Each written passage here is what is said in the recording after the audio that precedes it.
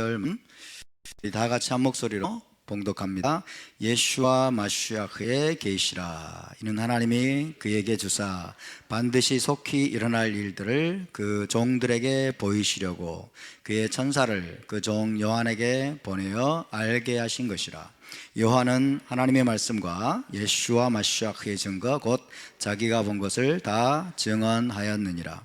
이 예언의 말씀을 읽는 자와 듣는 자와 그 가운데 기록한 것을 지키는 자는 복이 있나니 때가 가까움이라. 아멘.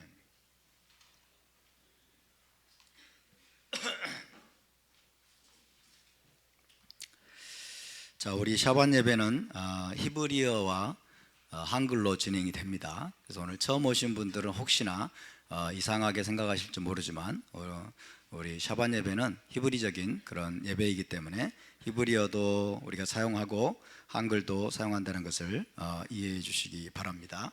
자, 이번 주 토라 포션 이제 네 번째 토라 포션이 되겠습니다. 바이에라가 되겠습니다. 바이에라. 답사 바이에라. 바이에라. 자, 히브리어로 하면 자 바브가 되겠고요. 요드 그다음에 레시 알레 이렇게 되어 있습니다. 바이에라. 답사 바이에라. 히브리어 기초 배우신 분들은 이제 계시가 좀 열리죠? 예. 이게 바브고 이게 요드고 레시 알렙이구나. 계시가 열어집니다. 배우는 만큼 계시가 열려집니다. 다시 한번 봅시다. 바이에라. 바이에라.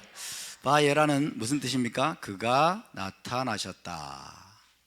그가 나타나셨다. 창세기 18장 1절에 보면은 여호와 하나님께서 직접 아브라함에게 나타나셨습니다. 세 명의 사람이 찾아왔죠. 혹은 세 명의 천사가 찾아왔죠. 그 중에 한 분이 누구였어요? 여호와 하나님이셨습니다. 여호와 하나님이 보이는 사람의 모습으로 나타나신 것은 누구다? 그분이 바로 예슈아이십니다. 할렐루야. 여호와 하나님께서 아브라함에게 직접 나타나신 사건을 기록을 하고 있는데 첫째는 사라의 잉태를 예고하기 위한 것이었습니다. 사라가 이삭을 잉태하고 이삭을 이제 출산할 것을 예고하기 위한 것이고, 두 번째는 소돔과 고모라를 심판하시기 위한 것이었습니다. 소돔과 고모라의 심판 사건이 이번 주 파라샤에 기록이 되어 있습니다. 자, 소돔과 고모라에 대해서 창세기 13장 13절은 이렇게 말씀합니다. 소돔 사람은 여호와 앞에 악하며 큰 죄인이었더라 라고 증거하고 있습니다. 소돔 사람. 그 다음에 18장 20절은 여호와께서 또 이르시되 소돔과 고모라에 대한 부르짖음이 크고 그 죄악이 심히 무거우니. 소돔 사람이 하나님 앞에 악했고 큰 죄인이었고 소돔의 죄악이 심히 무거웠다 라고 말씀하고 있어요. 그렇다면 소돔의 죄는 무엇이었을까요? 에스겔서 16장 49절에서 50절 이거 한번 찾아봅시다. 에스겔 16장 49절에서 50절에 보면 소돔의 죄에 대해 나와 있습니다. 소돔성의 죄가 무엇이었는가?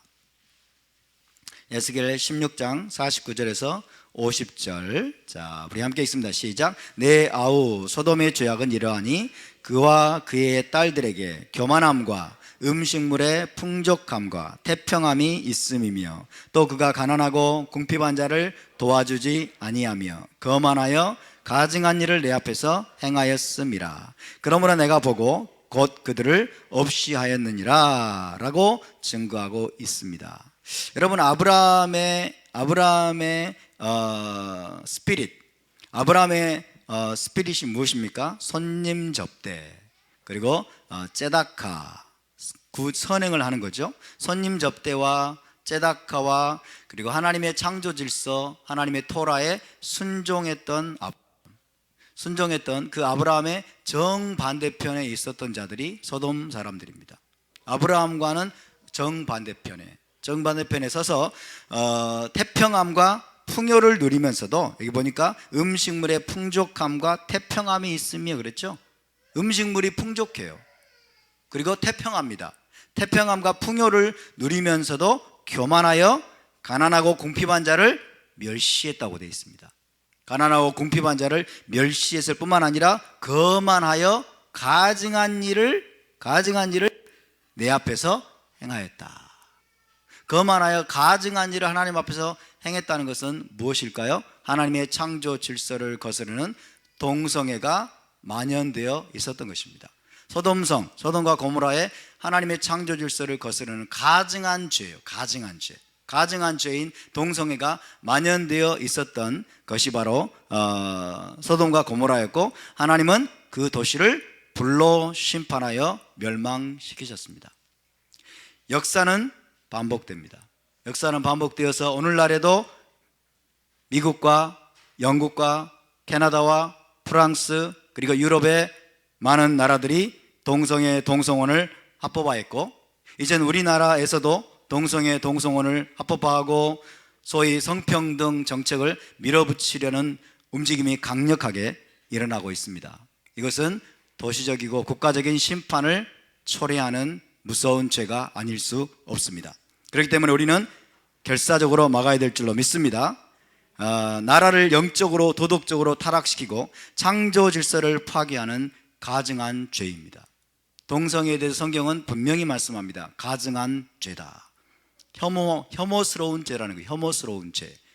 동성애자들이 동성애자들을 우리가 혐오한다 안 한다 이런 차원이 아니라, 동성애라는 이 행위가 하나님 앞에 혐오할 만한 가증스러운 행위라고 성경은 분명히 말씀하고 있어요. 그것은 도시적이고 국가적인 심판을 여러분 불러오는 죄라는 것을 우리가 기억해야 될 줄로 믿습니다.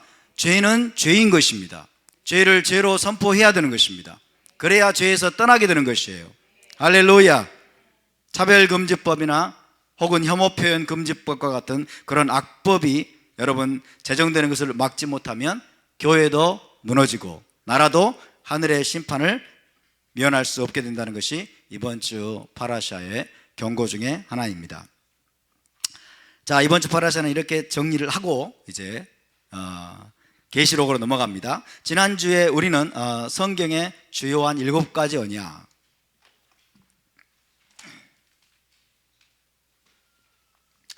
지난주에 배운 내용을 잠깐 반출해 보면 성경의 7가지 주요 언약을 먼저 말씀드렸습니다. 7가지 주요 언약. 성경은 언약의 토대 위에 세워져 있다. 성경을 한마디로 말하면 언약서이다. 창세기부터 요한계시록은 한마디로 말하면 Book of Covenant, 그죠? 세페르하 브리트입니다. 언약서. 그래서 성경을 떠받치고 있는 7가지 주요 언약이 있다고 말씀드렸죠? 기억나십니까? 자, 뭡니까? 첫 번째 아담 언약. 두 번째는 노아 언약. 아담 언약, 그 다음에 노아 언약. 세 번째는 아브라함 언약. 네 번째는 야곱 언약 혹은 이스라엘 언약이라고도 할 수 있습니다. 그 다음에 모세 언약, 그 다음에 다윗 언약, 마지막 7번째는 메시아 언약. 이 7가지입니다. 7가지. 성경을 떠받치고 있는 7가지 주요 언약. 그 다음에 언약의 4가지 유형을 또 말씀드렸죠. 언약의 4가지 유형. 이제 속성별로 언약의 4가지 유형. 첫 번째가 피의 언약입니다. 피의 언약이 가장 기초입니다. 가장 기초이고 가장 토대입니다. 피의 언약은 한마디로 뭐예요? 종이 되는 언약이에요. 하나님의 종. 하나님이 주인 되시고 하나님의 종이 되겠습니다 라고 하는 언약 관계를 체결하는 언약이 피의 언약입니다. 두 번째가 뭡니까? 두 번째가 소금 언약. 따라서 소금 언약은 하나님의 친구가 되는 언약입니다. 하나님과의 친밀한 교제를 위한 언약입니다. 이 소금 언약은 다른 말하면 영원한 언약이라고 그랬죠. 영원한 언약. 소금이 영혼을 상징합니다. 세 번째가 뭐예요? 신발 언약은 뭡니까? 기업을 얻게 하는, 다시 말하면 아들이 되게 하는, 아들은 상속자를 말합니다. 성숙한 아들 말합니다. 아들, 하나님의 상속자가 되어서 기업을 얻게 하는 언약이 바로 신발 언약이다. 네 번째가 뭐예요? 결혼 언약이다. 결혼 언약. 결혼 언약은 우리가 하나님의 신부가 되는 언약입니다. 신부. 하나님의 신부가 되는 언약. 자, 순서가 중요합니다. 이렇게 진행이 됩니다. 이렇게 단계를 밟아서 더 깊은 단계로 올라가게 되는 것입니다. 우리는 가장 먼저 뭐가 되어야 될까요? 하나님의 종이 되어야 됩니다. 아멘. 가장 먼저 하나님의 종이 되어야 되고, 그 다음에 뭐가요? 하나님의 친구가 되어야 돼요. 하나님과의 더 깊은 교제와 더 깊은 만남을 향해서 우리가 나아가야 될 줄로 믿습니다. 그런 다음에 우리가 영적으로 자라고 성장하여서 어떻게 돼요? 기업을 얻을 자, 기업을 상속받을 상속자로, 하나님의 성숙한 아들로 우리가 해야 될 줄로 믿습니다. 아멘. 그 다음에 거기서 머무는 것이 아니라 이제 신랑과의 깊은 연합이에요. 신랑과의 가장 깊은 차원의 하나됨, 연합, 이것을 보여주는 게 결혼 언약이고, 우리가 예수와의 신부가 되는 것입니다. 할렐루야. 여러분, 다가올 천국, 메시아 왕국은 신부들에게 주는 기업임을 믿으시기 바랍니다. 아멘. 자, 이 모든 이 세 가지 언약 안에서 걸을 때, 이 세 가지 언약 안에서 전부 다 행하고 있을 때 그런 사람을 신부라고 그랬죠? 그런 사람이 바로 신부가 될 수 있는 것입니다. 나는 신부이니까 더 이상 종이 아니야, 이렇게 생각하면 안 되는 거예요. 나는 상속자니까, 아들이니까 나는 더 이상 종이 아니야, 이렇게 생각하면 안 됩니다. 여러분, 우리가 신부라고 하는 것은 이미 이 세 가지가 우리 안에서 탄탄하게 기초가 다져져 있다는 것을 말하는 것입니다. 아멘. 그래서 우리는 신부이면서 아들이면서 친구이면서, 여러분, 우리는 하나님의 종입니다. 할렐루야. 우리는 평생 동안 하나님의 종으로 살아야 될 줄로 믿습니다. 평생 동안 예수와의 종으로 살아야 될 줄로 믿습니다. 또한 동시에 우리는 그분의 친구가 되어야 될 줄로 믿습니다. 언약의 파트너가 되어서 우리가 계속 영적으로 성장하고 자라서, 여러분, 우리가 기업을 얻기에 합당한 성숙한 상속자와 신부로까지 분이 성장해 갈 수 있게 되기를 주님의 이름으로 축복합니다. 그래서 이 모든 것들이 지금 우리가 계시록을 이해하기 위한 과정들입니다. 계시록을 이해하기 위해서 반드시 알아야 될 사항들을 여러분께 말씀드리고 있는데, 우리가 다시 한번 이 토라는 모세오경을 말하죠. 토라에 대한, 이 모세오경에 대한 분명한 이해를 우리가 가지고 있어야 됩니다. 토라가 무엇이냐, 모세오경이 무엇이냐. 그러면 우리 기독교인들은 이 모세오경, 그러면 율법, 그래서 이거 굉장히 무거운 것, 굉장히 우리를 올가매는 것, 이렇게 생각을 하는데 전혀 그렇지 않다는 거예요. 토라가 무엇이고 모세오경이 무엇이냐에 대한 분명한 이해가 우리 안에 있어야 되는데, 이것을 한마디로 이것은 무엇이냐면 결혼계약서다 하는 것입니다. 결혼계약서. 답사, 토라는 결혼계약서입니다. 케투바예요. 케투바. 히브리어로는 케투바. 답사, 케투바. 자, 결혼계약서는 우리가 예수와 우리 주님과 우리의 결혼 관계가 끝이 났습니까? 안 났습니까? 끝이 났습니까? 안 났습니까? 끝이 안 났죠? 그래서 토라는 지금도 유효하다, 유효하지 않다? 지금도 토라는 유효합니다. 결혼계약서가 여전히 지금도 유효하다는 걸 기억하시기 바랍니다. 토라가, 모세오경이 결혼계약서로 이해가 된다. 히브리 관점으로 이것은 결혼 언약의 케투바이다. 케투바라는 사실을 우리가 분명하게 알고 있을 때, 그런 관점에서 우리가 계시록을 우리가 공부할 때 계시록이 더 선명하게 이해가 되는 것입니다. 자, 고대 히브리 결혼식 과정에서 이 케투바라는 게 뭐냐? 이 케투바라고 하는 것은 두 가족이 식사를 하는 과정에서, 식사를 하는 동안에 어떤 결혼식의 계약 조건들을 타결을 합니다.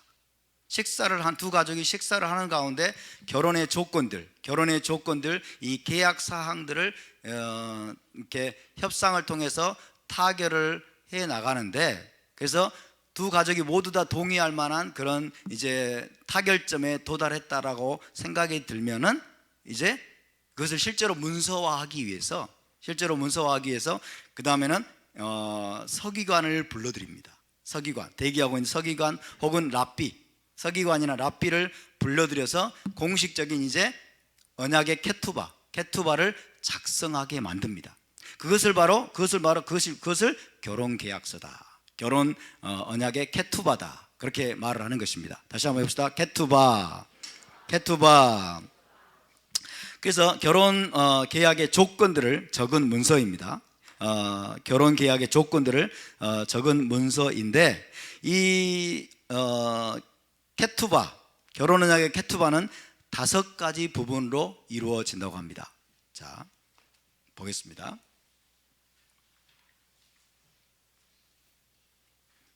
고대 히브리 결혼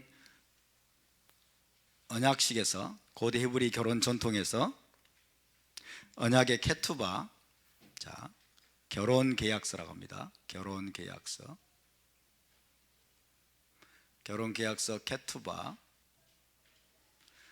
케투바는 5가지 부분으로 이루어져요.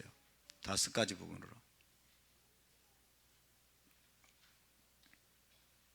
자, 첫 번째는 뭐냐? 첫 번째는 신랑과 신부 가족의 공통의 가족사입니다. 신랑과 신부 가족의 공통의 가족사.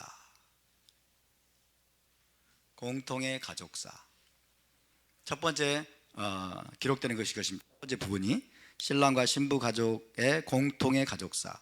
그리고 여기에는 세부적인 가계도가 적히고, 가계도를 적고 그 다음에 가족의 일화들을 기록합니다. 세부적인 가계도, 그 다음에 가족의 일화들을 기록합니다.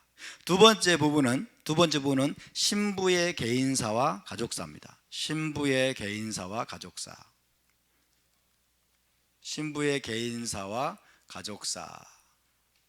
자, 고대 히브리 결혼 전통에서, 결혼 언약에서 결혼 계약서 케투바에 적히는 내용입니다. 신랑과 신부 가족의 공통의 가족사, 그 다음에 신부의 개인사와 가족사. 세 번째는 신랑의 개인사와 가족사. 신랑의 개인사와 가족사를 세 번째 부분에 적습니다.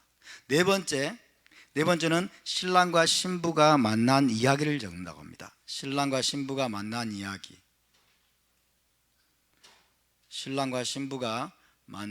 이야기를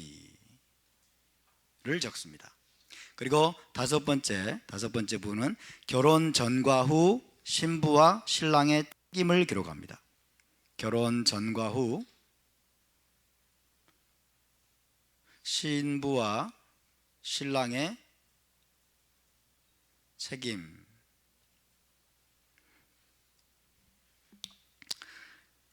자, 첫 번째 신랑과 신부 가족의 공통의 가족사. 세부적인 가계도, 가족의 일화들을 기록하고요. 그 다음에 두 번째는 신부의 개인사와 가족사. 여기도 세부적인 가계도와 일화들을 기록합니다.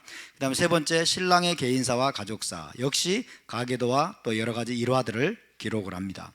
네 번째로 신랑과 신부가 만난 이야기, 또 거기에 얽힌 이야기들, 일화들을 기록합니다. 다섯 번째, 결혼 전과 후 신부와 신랑의 책임, 이것들을 기록하는 이런 구조로 고대 결혼 언약의 케투바가 작성이 되었습니다.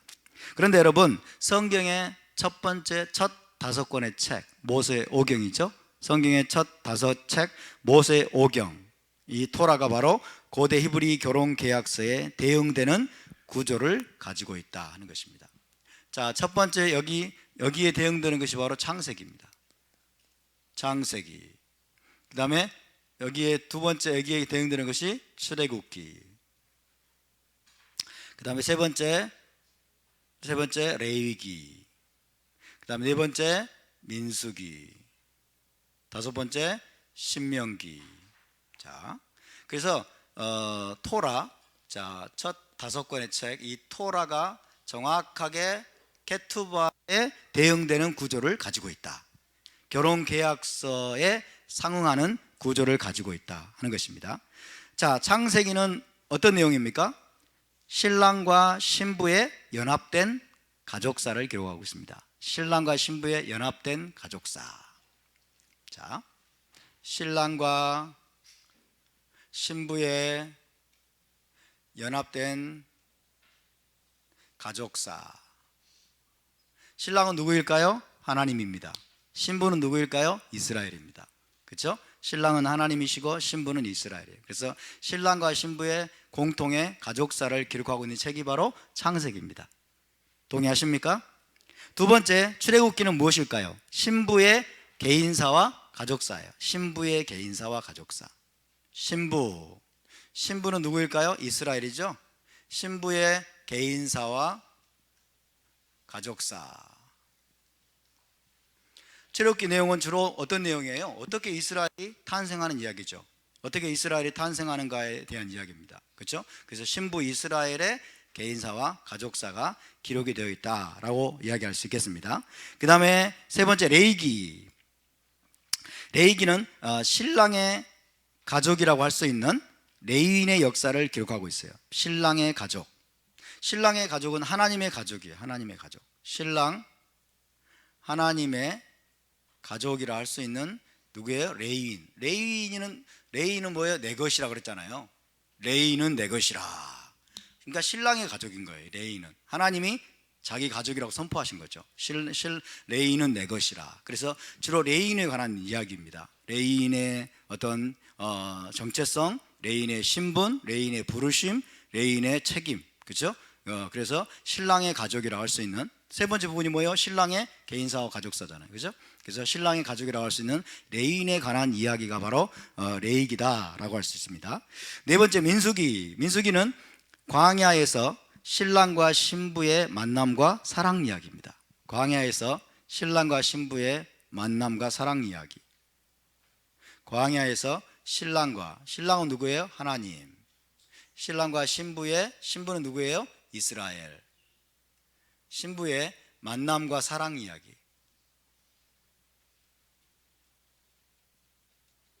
광야에서 어떻게 여러분 신부 이스라엘이 신랑과 동행하고, 그죠? 또 신랑의 마음을 아프게 만들고 신랑의 마음을 슬프게 만들었던 그런 일화들이 쫙 기록되어 있는 책이 바로 민수기입니다. 그죠? 신랑과 신부가 만난 이야기잖아요. 네 번째가 신랑과 신부가 만난 이야기. 그래서 광야에서 신랑 되신 하나님과 신부 이스라엘의 만남과 사랑 이야기고, 또 신부에게 신랑이 나아갈 때 그분이 느꼈던 슬픔과 기쁨들이 기록이 되어 있습니다. 신명기는 역시 신랑과 신부가 이행해야 될 책임입니다. 신랑과 신부가 이행해야 될 책임.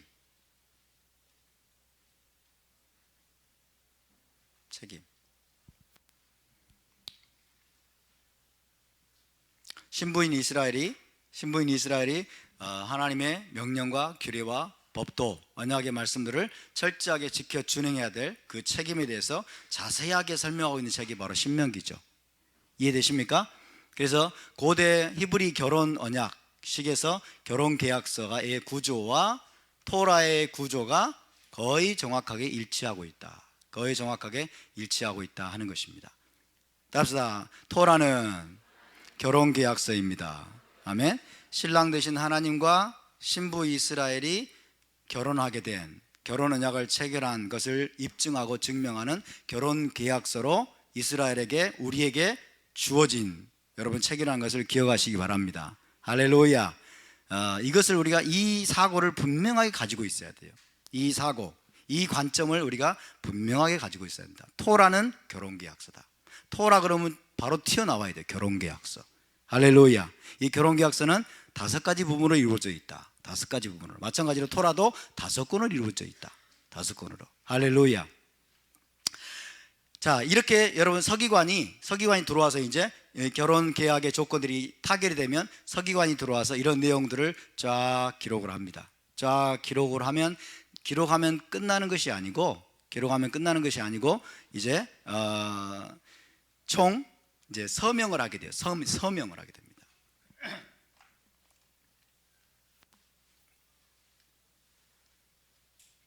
결혼계약서 작성이 끝나면 이제 이것이 사실이라는 것을, 또 변개할 수 없는 것이라는 것을 이제 증명하는 서명을 하게 되는데, 몇 개의 서명이 아니라 7개의 서명이 필요합니다.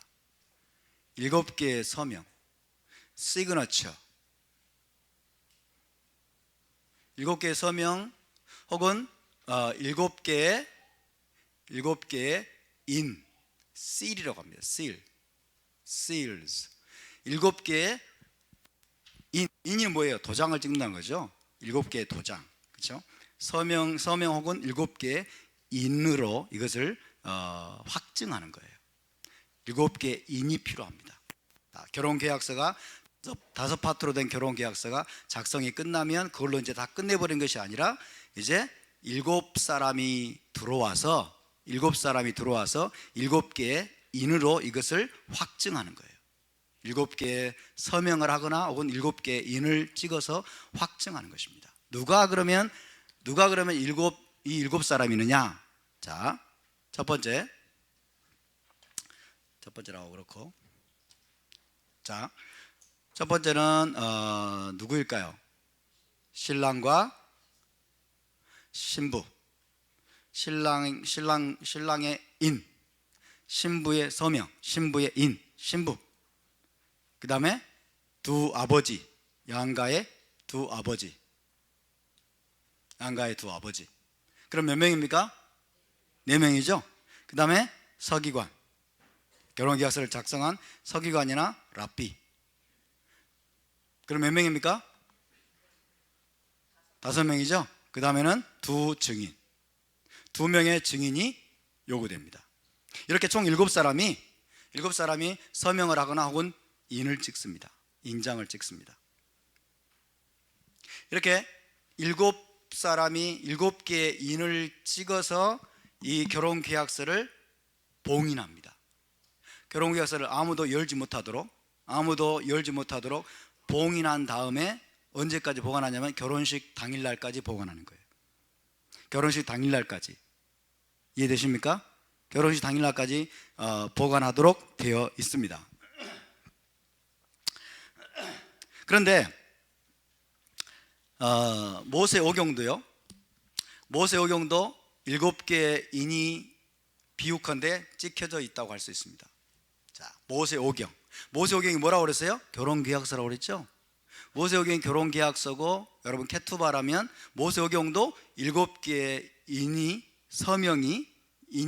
찍혀져 있다, 우리가 라고 이야기할 수 있어요. 자, 첫 번째는 아담과 노아입니다. 아담의 인, 노아의 인, 그죠? 언약과 관련된 중요한 인물들. 아담과 노아는 두 증인에 해당한다고 할 수 있겠습니다. 두 증인, 아담과 노아. 세 번째는 아브라함은 신랑의 아버지에 해당한다고 할 수 있겠어요. 신랑의 아버지. 신랑은 누구일까요? 예슈아잖아요. 아브라함이 예슈아의 아버지입니까? 예. 마태복음 1장 1절. 그렇죠? 벤 아브라함. 그렇죠? 예. 벤 다윗의 아들이면서 아브라함의 아들이세요, 예슈아는. 그래서 이스라엘의 조상이고, 여러분 예슈아의 아버지에 해당하는 아브라함의 인이 찍혀 있다라고 우리가 이야기할 수 있습니다. 네 번째 인은 누구일까요? 네 번째는 야곱의 인입니다. 야곱의 인.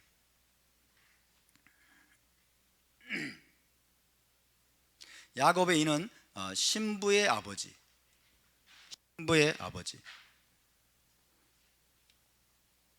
야곱, 신부의 아버지다. 신부는 누구예요? 이스라엘이라고 그랬죠? 자, 이스라엘을 우리가 뭐라고 말해요? 야곱의 집이다, 그러죠? 야곱의 집, 야곱의 자손이다. 그래서 야곱은 신부의 아버지로서 인을 찍었다라고 이야기할 수 있겠습니다. 다섯 번째가 모세입니다. 모세는 누구일까요? 서기관.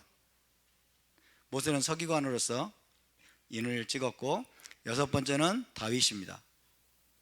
다윗은 신부를 대표한다고 말할 수 있습니다. 다윗. 신부는 하나님의 사랑받는 자. 다윗은 하나님의 사랑받는 자라는 뜻이에요. 그 이름이. 그리고 하나님의 마음에 합한 자라고 그랬죠.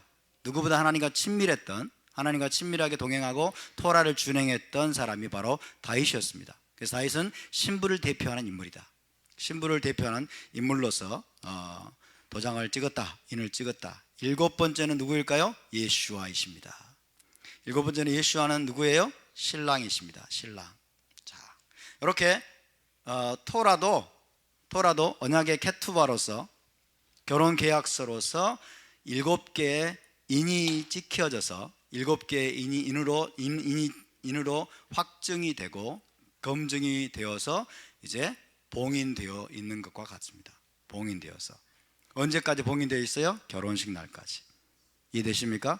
그리고 그 결혼식 날에 그 7개의 인을 이제 그 봉인을 해제하고 떼어서 결혼 계약서 케투바를 펼칠 유일한 주인공은 누구밖에 없다?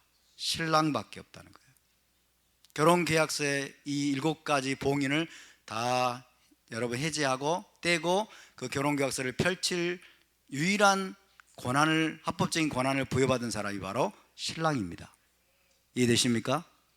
이 이해가 우리 안에 있어야 돼요. 이 이해가 우리 안에 있어야 우리가 요한계시록 말씀이 이해가 되는 것입니다. 자, 우리가 계시록에서 여러분, 계시록 5장에서 우리는 어떤 개념과 맞닥뜨리게 됩니까? 7인이 나옵니다. 계시록 5장에 7인이 나와요. 7개의 인이 도대체 뭐야? 우리가 이런 이해가 없으면 7인이 완전히 수수께끼예요.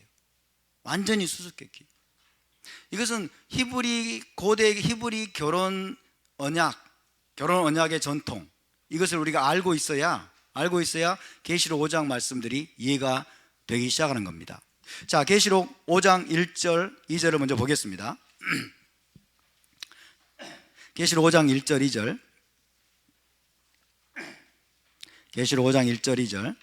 자, 함께 읽습니다. 시작. 내가 봄에 보좌에 앉으신 이의 오른손에 두루마리가 있으니 안팎으로 썼고 7인으로 봉하였더라. 오, 도대체 이게 뭐야? 그죠? 완전히 판타지 소설이에요. 판타지 소설. 히브리 결혼 언약에 대한 이해가 없으면 이거는 완전히 이해 불가의 판타지 소설입니다. 오른손에 두루마리가 있으니 안팎으로 썼고, 안팎으로 썼대. 또 7인으로 봉하였더라. 2절 계속. 또 봄에 힘있는 천사가 큰 음성으로 외치기를 누가 그 두루마리를 펴며 그 인을 떼기에 합당하냐? 누가 그 두루마리를 펴며 그 인을 떼기에 합당하냐? 이제 좀 감이 오기 시작하십니까? 그죠? 그래서 요한이 아무도 이거를 인을 떼고 이 두루마리를 펼 자가 없기에 큰 소리로 울었더니 그러잖아요. 큰 소리로 울었더니. 자, 이 말씀에서 7인으로 봉인된 두루마리, 7인으로 봉인된 두루마리는 무엇이다? 고대 히브리 결혼 계약서를 의미하는 말입니다. 그렇죠? 고대 히브리 결혼 계약서 케투바를 의미하는 말입니다. 그 다음에 안팎으로 썼다라는 말이 있습니다. 안팎으로 썼다. 결혼 계약서인데 안팎으로 썼대요. 자, 안팎으로 기록했다는 것은 출애굽기 32장 15절과 연결되는 것입니다. 자, 찾아봅시다. 출애굽기 32장 15절. 출애굽기 32장 15절. 출애굽기 32장, 요한계시록 그 부분을 책갈피로 해두시고 출애굽기 32장 15절을 보겠습니다. 성경을 우리가 입체적으로 봐야 됩니다. 성경 전체가 연결되어 있어요. 자, 출애굽기 32장 15절 읽습니다. 시작. 모세가 돌이켜 산에서 내려오는데 두 증거판이 그의 손에 있고 그 판에 양면 이쪽 저쪽에 글자가 있으니 와 수수께끼가 이제 풀리기 시작합니다. 그렇죠? 모세가 산에서 내려오는데 두 증거판이 있어요. 두 증거판에 뭐가 적혀 있어요? 십계명이 적혀 있겠죠? 십계명이 적혀 있는 두 돌판을 들고 내려오는데 안과 밖에 글자가 적혀 있대요. 안과 밖에. 그럼 요한계시록과 지금 연결이 되고 있죠? 그렇죠? 안과 밖에 글자가 적혀 있다. 따라서 안팎으로 기록된 두루마리 그랬어요. 안팎으로 기록된 두루마리는 무엇을 의미한다? 토라를 의미하는 것입니다. 그렇죠? 모세의 그 두 돌판에 기록된 십계명 그리고 모세의 모든 율법이 이제 두루마리에 나중에 적히게 됩니다. 그렇죠? 두루마리에 적히게 돼요. 그래서 이 안팎으로 기록된 요한계시록 5장의 두루마리는 곧 결혼계약서인 토라를 의미하는 것이다. 결혼계약서인 토라를 의미하는 것이다. 이해가 되십니까? 자, 다시 말씀드립니다. 7인으로 봉인된 두루마리다. 7인으로 봉인된 두루마리다. 이건 뭘 가리킨다고요? 결혼계약서, 케투바. 그렇죠? 안팎으로 기록됐다. 이것은 우리에게 뭘 보여주는 거예요? 이 두루마리가 뭐라는 거예요? 이것이 율법이고 토라라는 거죠. 그렇죠? 그래서 결혼계약서인 토라가 지금 여기 있는 겁니다. 할렐루야. 결혼계약서로서의 케투바로서의 토라가 지금 토라를 지금 요한이 본 것입니다. 그죠? 보좌에 앉으신 이의 오른손에 있대요. 보좌에 앉으신 이 아버지입니다. 아버지. 그죠?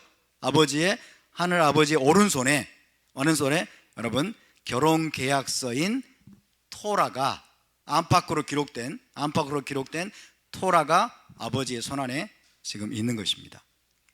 이해가 되시면 아멘.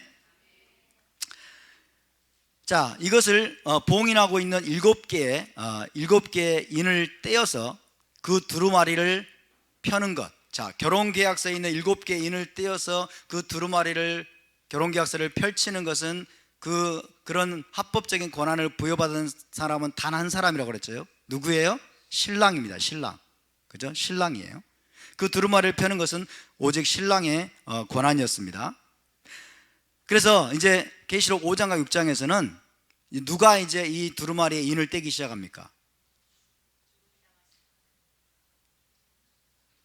계시록 한 번도 안 읽어보셨어요? 예슈아잖아요. 그죠? 예슈아. 어린 양이 이 두루마리에 이제 인을 하나씩 떼기 시작한다는 거예요. 그죠?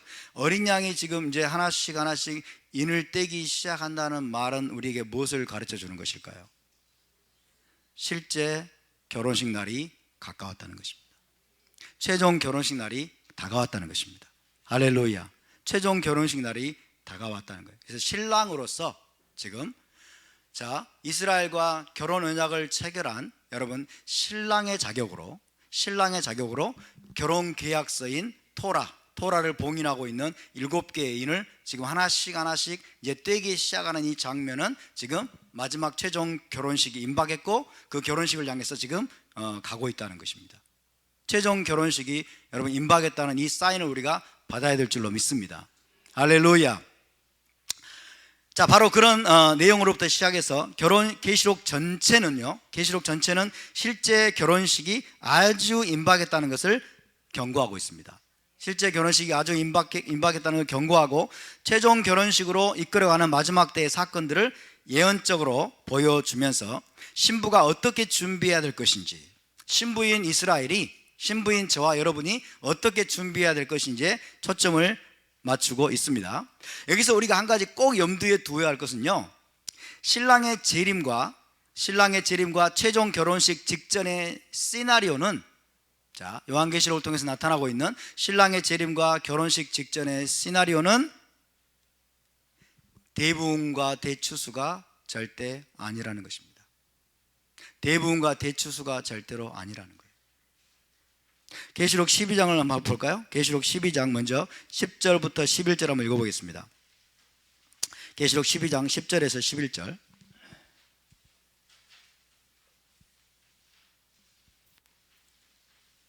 신랑의 재림과 최종 결혼식 직전에 이 땅에서 펼쳐질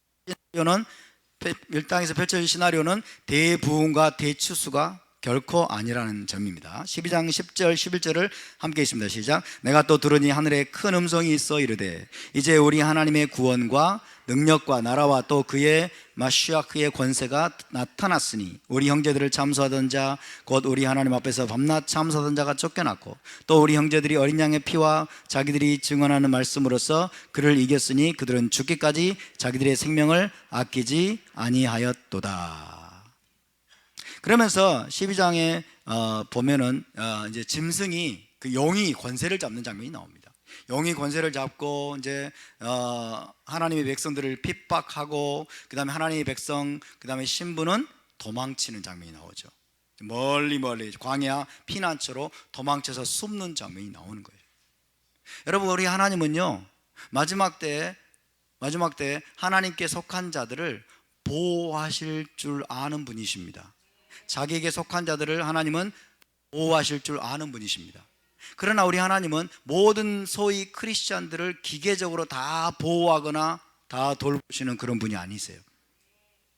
언약에 충성하는 자들, 결혼 계약서, 토라의 말씀에 충성하고 언약 안에서 걸어가는 남은 자들, 신실한 자들, 그들을 돌보시고 그들을 보호하시는 하나님이심을 믿으시기 바랍니다. 아멘. 하나님은 기계적으로 모든 크리스찬들을 똑같이 보호하고 똑같이 건지시는 그런 분이 아니십니다. 마지막 때는 여러분, 그야말로 대부흥과 대추수의 시기가 아닙니다. 오히려 무엇입니까? 큰 환난과 큰 배도의 시기입니다. 데살로니가 후서를 보겠습니다. 데살로니가 후서 2장 1절에서 4절입니다. 데살로니가 후서 2장 1절에서 4절입니다.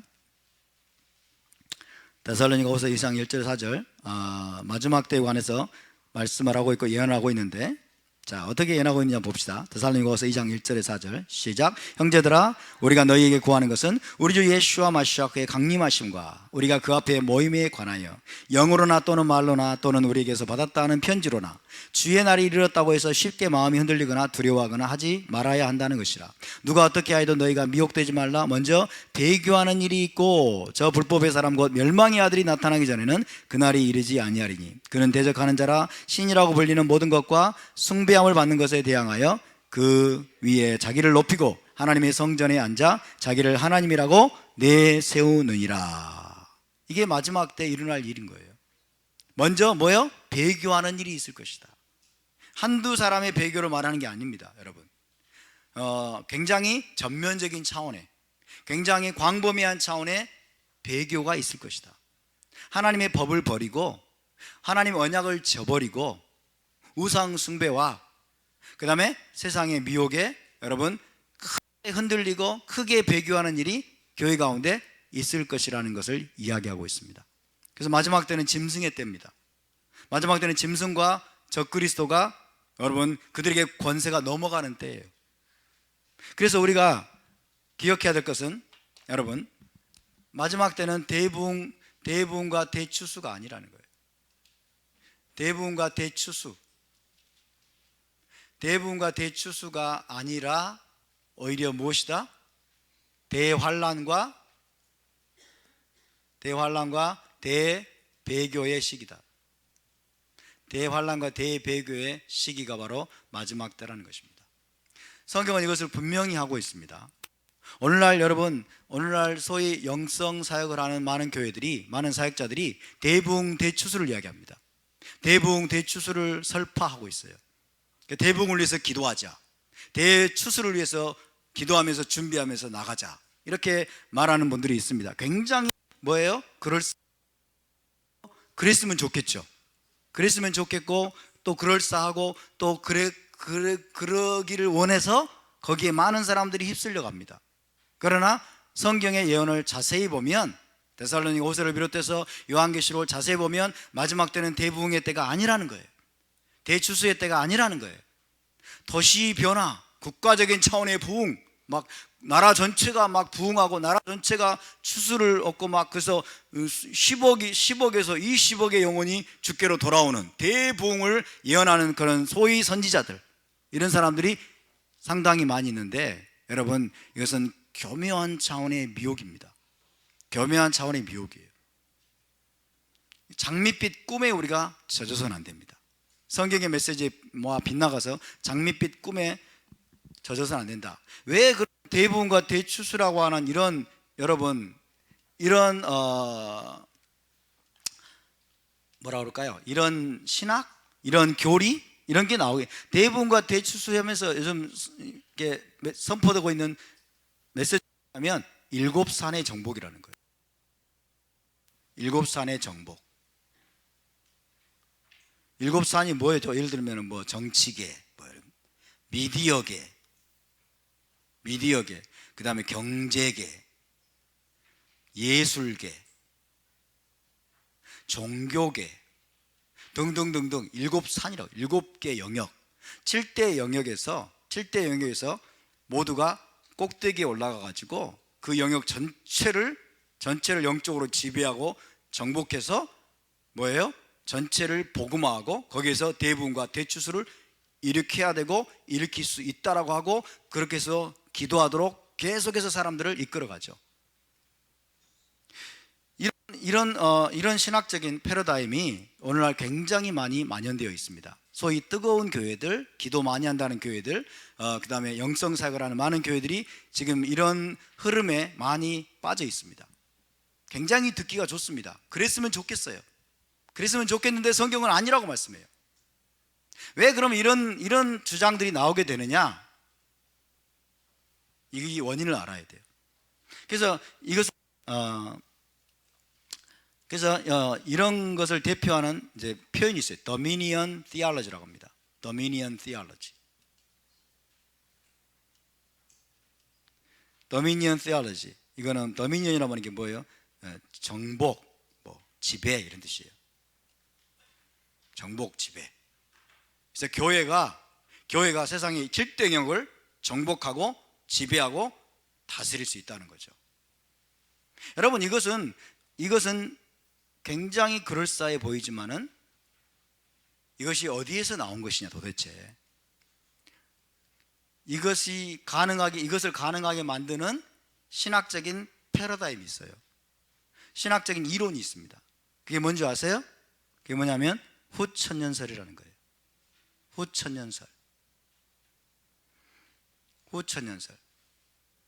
후천년설이 뭐냐면 교회가 세상을 정복해서 1000년간 다스리고 그 후에 재림이 있다는 거예요. 이게 굉장히 무서운 이론입니다.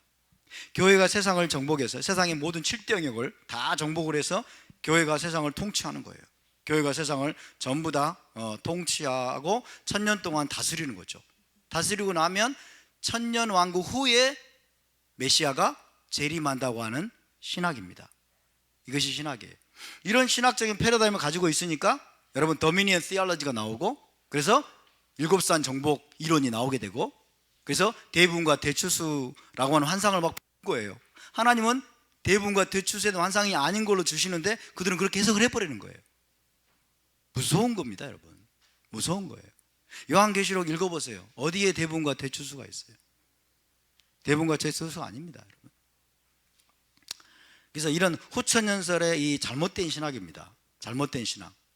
후천연설이 아니라, 요한계시록은 후천연설이 아니라 뭘 이야기하고 있어요? 전천연설이죠. 전천연설입니다. 전천연설이 뭐예요? 재림이 먼저 있고 재림 후에 뭐가 이루어진다? 천년왕국이 이루어진다는 거예요. 천년왕국이 바로 메시아 왕국입니다. 메시아 왕국. 재림 후에 메시아 왕국이 이루어져요. 천년왕국이. 그러면 재림 직전에는 뭡니까? 재림 직전에 뭐예요? 대환란과 대배교라는 거예요. 대환란과 대배교. 세상이 점점 아비규환이 돼요. 세상이 점점 혼란스러워져요. 세상이 점점 여러분 영적으로 무너집니다. 세상이 점점 파괴돼 가고 있고, 뭐예요? 혼돈과 어둠이 지금 온 세상을 가득 채워져 가고 있죠. 보라, 어둠이 땅을 덮을 것이고 캄캄함이 만민을 가리려니와. 이게 마지막 때의 현상입니다. 마지막 때 현상이에요. 대한민국을 보세요. 전 세계를 보세요. 중동 지방을 보시고 유럽을 보세요. 얼마나 혼란스럽습니까? 유럽은 지금 여러분 이슬람이 거의 장악해 가고 있습니다. 이슬람화가 지금 완성되어 가고 있는 중이에요. 여기에서 갑자기 대추수가 일어날까요? 여러분, 성경은 그렇게 말하고 있잖아요. 우리는 장밋빛 환상에 빠지면 안 됩니다. 우리는 성경대로 믿고 성경의 예언을 우리가 여러분 주위에서 보면서 그 예언대로 우리가 우리 자신을 준비하고 무장해야 될 줄로 믿습니다. 우리 자신을 준비하고 무장하고 마지막 때 이 땅을 덮치게 될 대폭풍, 거대한 폭풍, 대환란과 대배교에 맞서서 우리가 싸우기 위해서 여러분 준비해야 될 줄로 믿습니다. 그래서 우리가 계시록을 또한 공부하는 그 이유 중에 하나가 바로 이것입니다. 할렐루야. 답사 마지막 때는 대부흥과 대추수가 아니라 대환란과 대배교일 것입니다. 아멘. 이런 극심한 미혹과 환란 속에서 신부가 어떻게 신체적으로, 정신적으로, 영적으로 다가올 폭풍에 대비할 것인지를 보여주고 있고 가르쳐주고 있는 책이 바로 계시록이라는 사실을 여러분 기억하시기 바랍니다. 아멘. 자, 계시록 연구에 들어가기 전에 우리가 먼저 알아야 될 또 다른 내용을 말씀드리는데요, 또 다른 내용 중에 하나는 성경이 기록된 언어 문제입니다. 성경이 기록된 언어 문제. 자, 언약의 케투바에 대해서 말씀을 드렸고, 토라가 바로 예수와께서 7인을 떼시게 될 그 결혼 계약서이다. 언약 결혼 계약서 케투바이다라는 말씀을 드렸고요. 자, 성경이 기록된 언어 문제를 좀 다루고 넘어가야 됩니다. 성경이 기록된 언어. 자, 구약 성경을 우리가 타나크라고 합니다. 타나크. 구약 성경은 타나크는 무슨 언어로 기록이 됐을까요? 구약 성경은 히브리어가 거의 98%라고 할 수 있어요. 98%. 그 다음에 뭘까요? 아람어가 있죠. 아람어가 한 2% 정도 된다고 봐야 됩니다. 다니엘서의 일부, 느헤미야서의 일부, 이런 것들입니다. 자, 아람어 한 2% 정도를 제외하고는 거의 대부분 히브리어로 기록이 됐어요. 히브리어로. 그래서 우리가 구약 타나크를 우리가 제대로 이해하려면 히브리어를 공부해야 될까요? 말아야 될까요? 히브리어를 반드시 공부해야 됩니다. 그렇죠? 히브리어를 공부하고 우리가 히브리어를 습득하고 히브리어를 연구하면 할수록 우리의 생각과 사상이 히브리적인 관점으로 계속해서 변화되어 가는 것입니다. 히브리적인 안목이 열려야 성경이 바르게 열릴 수가 있어요. 이해되십니까? 왜? 성경의 원어가 히브리어라니까요. 그렇죠? 성경의 98% 거의 대부분이 히브리어로 기록이 됐어요.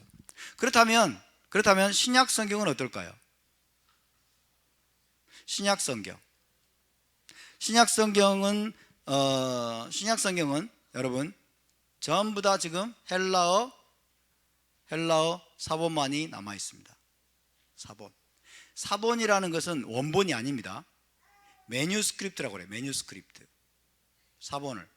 매뉴스크립트란 말은 필사본이라는 거예요. 필사본. 손으로 뺏겨서 복사해 놓은 책이다. 이걸 사본이라고 그래요. 그래서 헬라어로 된 필사본만 남아 있어요. 엄청나게 많은 종류의 헬라어 필사본만이 남아 있습니다. 원본은 없습니다. 원본은 없어요. 그래서 헬라어로 된 필사본만이 있기 때문에 대부분의 신학자들이 어떻게 생각을 하냐면 헬라어로 마치 신약 성경이 기록이 되었다라고 생각을 하는 거예요. 헬라어로 원래 기록이 되었다라고 하는 그런 생각을 가지고 있는 학자들이 굉장히 많습니다. 그렇지만은 여러분, 최근의 연구 결과에 따르면요, 신약 성경의 상당 부분이 원래 히브리어로 기록되었을 것으로 밝혀지고 있습니다. 신약 성경의 전부 내지는 상당 부분이 히브리어로 기록되었을 것이다.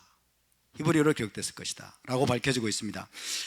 오랫동안 신약 성경을 히브리 관점으로 연구해온 유대인 학자들이 있습니다. 자, 신약 성경을 히브리 관점으로 연구해온 많은 사람들이 있는데 그 중에 유대인 학자가 있어요. 유대인 학자. 유명한 사람 두 분만 제가 말씀드릴게요. 데이비드 플루서라는 사람이에요. 데이비드 플루서, 그 다음에 데이비드 비빈이라는 학자입니다. 데이비드 플루서, 데이비드 비빈, 이런 사람들이 신약 성경을 히브리 관점으로 유대적인 어떤 배경하에서 연구를 해온 학자들의 대표주자, 아주 유명한 사람. 이 정도는 여러분이 알아두셔야 될 필요가 있습니다. 데이비드 플루서, 데이비드 비빈. 제가 여러분께 소개해드리고 가르쳐드린 수많은 가르침들이 바로 이분들이 가르친 내용들이 굉장히 많습니다. 이분들이 밝혀주신 내용들이 굉장히 많아요. 그래서 이 데이비드 플루스나 데이비드 비빈이라고 하는 이런 학자들이 한결같이 신약 성경의 대부분이 히브리어로 기록됐을 것으로 보고 있고, 또 많은 학자들이 요즘 이들의 견해에 동의합니다. 저도 동의합니다.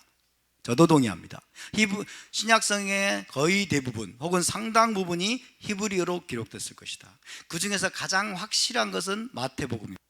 마태복음은 히브리어로 반드시 기록되었어야 마땅합니다. 히브리어로 기록되었을 것이 분명합니다. 왜 그랬을까요? 마태복음의 수신자 대상이 누구예요? 유대인이에요. 유대인. 그렇죠? 유대인들을 대상으로 쓴 여러분 복음서가 헬라어로 기록이 됐다? 말도 안 되는 것이에요. 그렇죠? 그래서 신약성의 거의 대부분 혹은 상당 부분이 히브리어로 기록이 되었을 것이 분명하다. 다만 시대를 거치는 동안에 히브리어 원본은 불타 없어져 버리거나 사라져 버렸어요. 시대를 거치는 동안에 히브리어 원본은 불타 없어지거나 사라져 버리고 헬라어로 번역한 사본만이 남아있게 되었기 때문에 신약 성경이 처음부터 헬라어로 기록된 줄로 생각을 하지만은 실상은 그렇지 않았다는 것입니다. 여러분 한번 생각해 보시기 바랍니다. 히브리어가 모국어이고 평생 히브리어로 토라를 낭독하고 토라를 공부했던 히브리인들이 헬라어로 성경을 기록했을 가능성이 있을까요?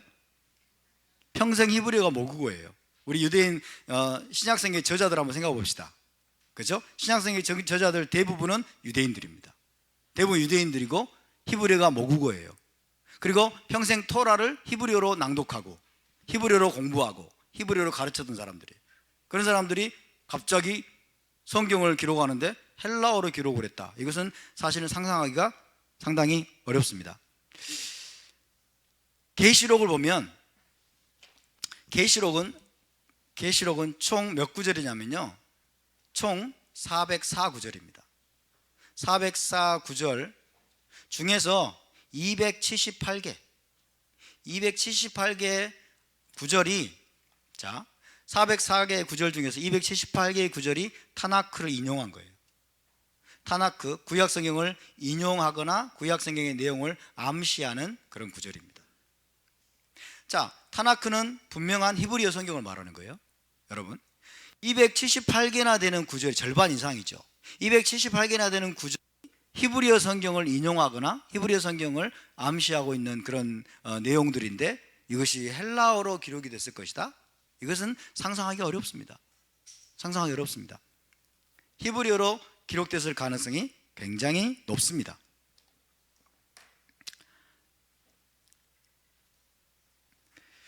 그래서 신약성경의 언어 문제와 관련해서 세 가지를 우리가 고려해 봐야 됩니다. 세 가지. 첫 번째, 신약성경의 모든 저자들은 다른 언어들도 유창하게 구사하긴 했을 거예요. 다른 언어들도 유창하게 구사하긴 했지만은 일상적인 활동과 일에서는 히브리어를 사용했다는 것입니다. 신약성경의 모든 저자들은 일상적인 활동과 일에서는 뭘 사용했다? 히브리어를 사용했다는 사실. 히브리어를 사용했다는 사실을 우리가 먼저 고려해야 됩니다. 여러분 특히나 여러분 이걸 아셔야 돼요. 토라를 낭독하는 일, 그리고 토라를 가르치는 일, 토라를 강론하는 일은 이것은요 거룩한 일로 여겨졌어요.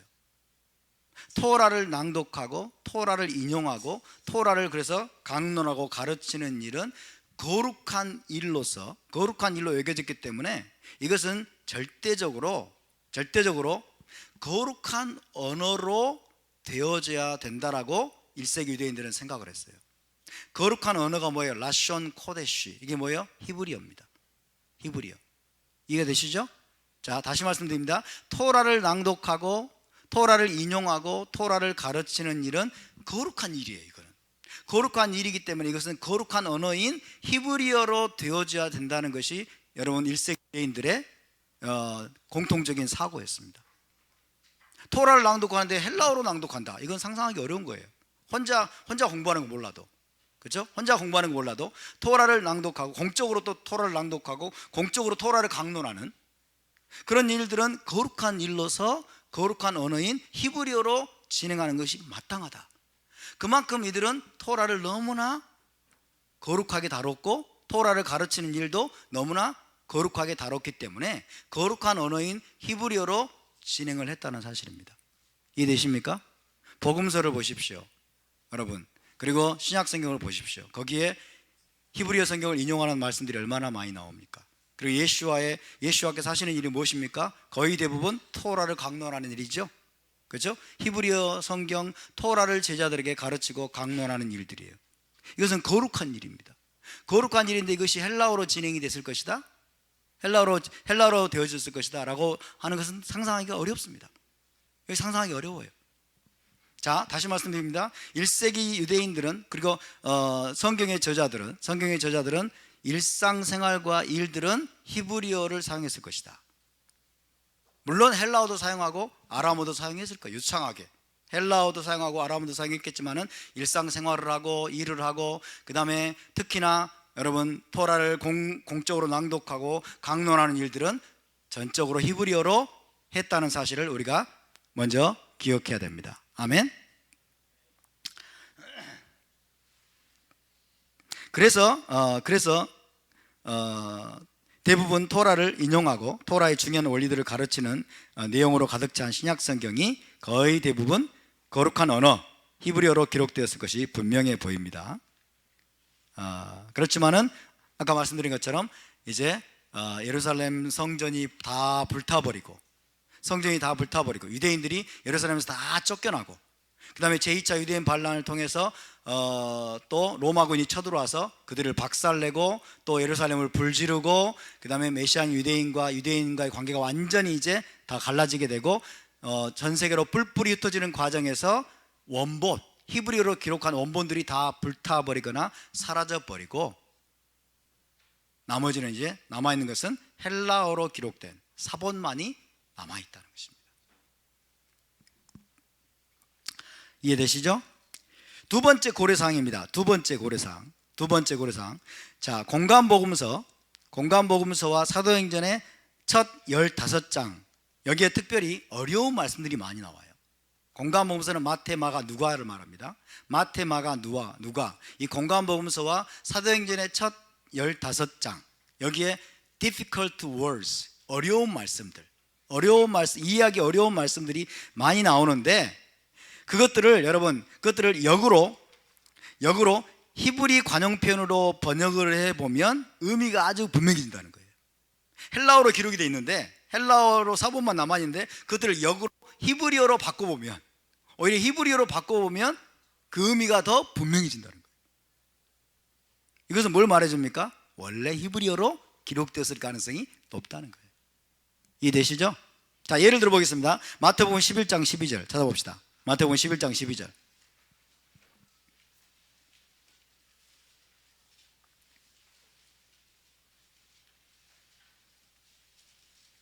마태복음 11장 12절. 11장 12절 시작. 세례 요한의 때부터 지금까지 천국은 침노를 당하나니 침노하는 자는 빼앗느니라. 무슨 말씀입니까 이게 도대체? 이게 뭔 말씀인 거예요? 여러분, 헬라적인 이 사고에 젖어 있는 우리 크리스찬들은 이 말씀을 도무지 이해할 수가 없어요. 저도 이해할 수가 없었습니다, 과거에. 그죠? 여러분, 예수 믿으십니까? 예수 믿으시면 오늘 밤에 죽어도 당신 천당할 걸 믿으십니까? 예, 믿습니다. 그죠? 예수를 그리스도로 고백하고 나의 주님으로 고백하는 사람은 오늘 죽어도 나는 천당에 간다, 이런 사과에 꽉 메어있는 사람들은 이게 뭔 말이에요 도대체? 이게 세례 요한의 때부터 지금까지 천국은 침노를 당한대. 그리고 침노하는 자가 빼앗는데, 뭔 말이에요 도대체? 이게 이해가 안 돼요, 이해가. 그래서 이 말씀이, 여러분, 이 말씀이 정말 수수께끼 같아요. 하지만 예수와께서 하시는 이 말씀은 미가서 2장 12절 13절과 직접적으로 연결이 됩니다. 미가서 2장 12절 13절 쳐보겠습니다. 미가서 2장 12절 13절.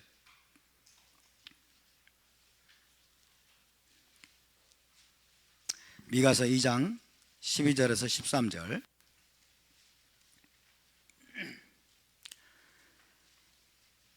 자, 12절 13절을 우리 함께 있습니다. 시작. 야곱아, 내가 반드시 너희 무리를 다 모으며 내가 반드시 이스라엘의 남은 자를 모으고 그들을 한 처소에 두기를 보스라의 양떼같이 하며 초장의 양떼같이 하리니 사람들이 크게 떠들 것이며 길을 여는 자가 그들 앞에 올라가고 그들은 길을 열어 성문에 이르러서는 그리로 나갈 것이며 그들의 왕이 앞서가며 여호와께서는 선두로 가시리라. 하나님이 이스라엘 백성을 마지막에 반드시 모을 것이라고 말씀합니다. 이스라엘 남은 자를 모을 것이다. 그들을 한 초소에 두기를 보스라의 양떼같이 하며 초장의 양떼같이 하리니 사람들이 크게 떠들 것이며 길을 여는 자가 그들 앞에 올라가고 그들은 길을 열어 성문에 이르러서는 그리로 나갈 것이며 그들의 왕이 앞서가며 여호와께서는 선두로 가시리라. 자, 이건 여러분 양떼를 치는 목자가 하는 일들을 지금 비유로 말씀하고 있어요. 이렇게 저녁에 양떼들을 모읍니다. 저녁에 양떼들을 모아가지고 이렇게 돌담 같은 걸 쳐요. 돌담 같은 거 안에 양떼들을 이제 가져서 모아놓죠.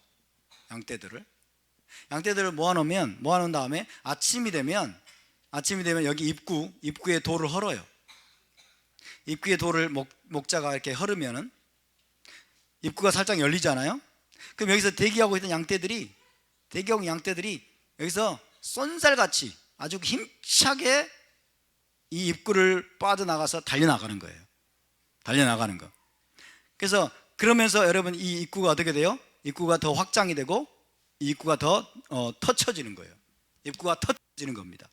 그래서 돌담들이 주변에 있는 돌담들이 막 무너지면서 터트려지고 양떼들은 힘차게 아주 폭력적으로 과격하게 달려나가는 그런 장면을 지금 여기서 묘사하고 있습니다. 여기서 보니까 길을 여는 자 그랬어요. 길을 여는 자 문을 열어 젖히는 자를 말해요. 문을 열어 젖히는 자. 여기서 목자가 서서 문을 열어 젖히는 자입니다. 문을 열어 젖히는 자. 그래서 히브리어를 보면 이게 이제 히브리어 보면 분명해지는데요. 자, 여기 보니까 히브리어로 이렇게 돼 있어요. 포레츠입니다. 따라서 포레츠입니다.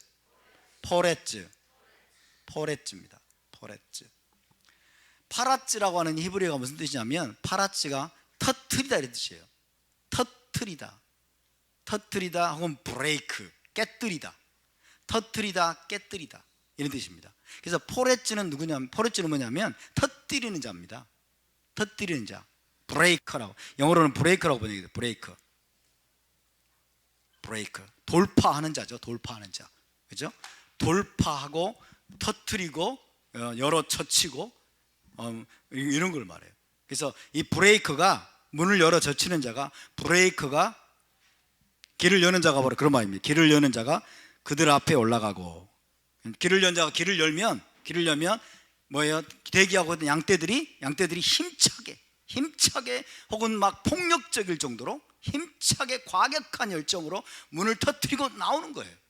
문을 터뜨리고 나와서 여러분 거기에 있는 모든 좋은 꼴, 이스라엘 땅에 그 좋은 꼴, 천국의 그 부요한 것들을 누리게 된다는, 차지하게 된다는 거예요. 이해되십니까? 그것을 지금 우리 주님이 인용하고 있어요. 자, 마태복음 11장 12절을 다시 봅니다. 세례 요한의 때부터 지금까지 천국은 침노를 당하나니, 과격하게 침노하는 자는 뭐예요? 힘차게 달려나가서 취하는 자를 말하는 거예요. 힘차게 달려나가서 취하는 자. 자, 그러면 이 예수와는 어떤 분이세요? 메시아는 포레츠로 오신 겁니다. 예수와가 오셔서 회개하라 천국이 가까이 왔느니라고 선포하시고 말씀을 전하시는 이 모든 사역이 뭐예요? 파라츠 하는 사역인 거예요. 문을 열어 젖히는 사역입니다. 아멘. 모든 막힌 것들을 뚫는 작업이에요. 막혀있던 문을 뚫는 작업을 주께서 하시면은 사람들이 그걸 보시고 대기하고 있다가 그 열린 틈으로 여러분 침노하듯이 달려나가는 거예요. 침노하듯이 달려나가는 자가 그 메시아국의 부요한 것들을 빼앗느니라, 차지하느니라 그 말입니다. 할렐루야. 자, 이런 이해와 지금 연결이 되고 있어요. 그렇게 될 때 이 메시지가 더욱더 분명해지죠. 그죠? 단순히 헬라적인 개념으로 보면 이게 전혀 이해가 되지 않습니다. 그래서 여러분, 우리가 이런 이해를 가지고 있어야 되고요. 자, 어려운 말씀들로 보이는 이런 것들은 역으로 히브리 관용 표현으로 번역을 해보고 또 히브리어 성경과 연결을 시켜보면 의미가 아주 분명해진다 하는 것을 기억하시기 바랍니다. 이해가 되십니까? 네. 여러분, 천국을 침노하시길 바랍니다. 천국을 우리가 침노해야 됩니다. 과격한 열정으로 우리가 마치 기다리고 있는 양떼들처럼, 입구에서 기다리고 있는 양떼들처럼 우리 주 예수께서 오셔가지고 이 문을 살짝 열어놓으셨기 때문에 우리가 여러분 힘차게 달려나가서 여러분 과격한 열정으로 천국의 부유한 것들을, 메시아 왕국의 그 아름다운 것들을 여러분 침노하고 빼앗는 자가 되시길 바랍니다. 차지하는 자가 되시길 바랍니다. 할렐루야. 천국은 침노하는 자의 것입니다. 천국은 과격한 열정으로 차지하는 자의 것입니다. 수동적으로 기다리고 있는 자가 아닙니다. 여러분, 수동적으로 아무것도 하지 않고 오늘 죽으면 천당 가겠지 이런 식의 사고에 빠져 있는 자가 아닙니다. 할렐루야.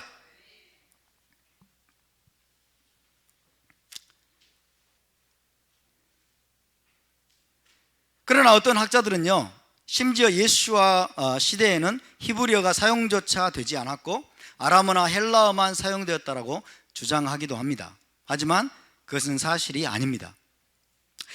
특히 여러분, 예루살렘과 유대 지역에서는 히브리어가 주된 언어였어요. 1세기 때 히브리어가 주된 언어였고 아람어, 헬라어도 널리 통용이 되었으며 로마 사람들을 위해서는 라틴어도 사용이 됐습니다. 자, 헬라어, 아람어, 라틴어도 사용이 되었지만은 그러나 주된 언어가 뭐였다? 히브리어였다. 히브리어. 일상생활을 하고 일상적인 일을 하는 목적을 위해서 주로 히브리어가 사용이 되었다라는 것을 우리가 기억을 해야 되겠습니다. 1세기 예수와 시대에, 예수님 시대에 히브리어가 사용된 몇 가지 증거를 말씀드리겠습니다. 자, 히브리어가 사용된 몇 가지 증거를 말씀드리겠는데요. 자, 먼저 사람이 죽으면요, 사람이 죽으면 유대 장례 풍습에 따르면 사람이 죽으면 유대 장례 풍습,